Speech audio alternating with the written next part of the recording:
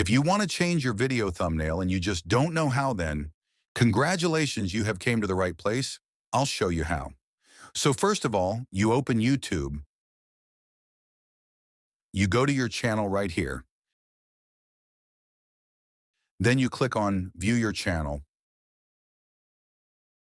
You choose the video you'd like to change its cover, then click on the three dots on top. Now you click on Edit. You tap on the picture just right here. And then you choose from the suggested thumbnails. Or you can click on the picture here again, and it will take you to your photos. You select one. And then click Select. You click Save. And that's it. Hope you like this video. Don't forget to like and subscribe. See you in the next video.